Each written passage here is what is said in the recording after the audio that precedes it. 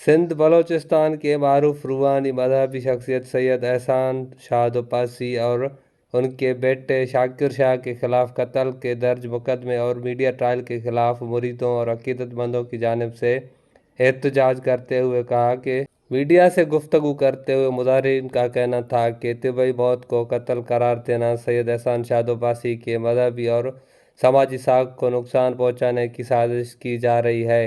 बीबी हुमैरा की मौत की तहकीकात के लिए मेडिकल बोर्ड तश्कील दी जाए, साफ शफाफ तहकीकात की जाए। इलेक्ट्रॉनिक व प्रिंट मीडिया पर सैयद एहसान शाह के खिलाफ झूठा प्रोपेगेंडा किया जा रहा है, जो कि सरासर बेबुनियाद और हक़ाइक़ के बरअक्स है, जिसकी हम शदीद अल्फाज में मज़म्मत करते हैं। इनका मज़ीद कहना था कि चीफ जस्टिस ऑफ पाकिस्तान, वज़ीर आज़म पाकिस्तान, वज़ीर आला बलूचिस्तान, DG हेल्थ और IG बलूचिस्तान पुलिस से अपील और मुतालबा करते हैं कि अच्छी शोहरत के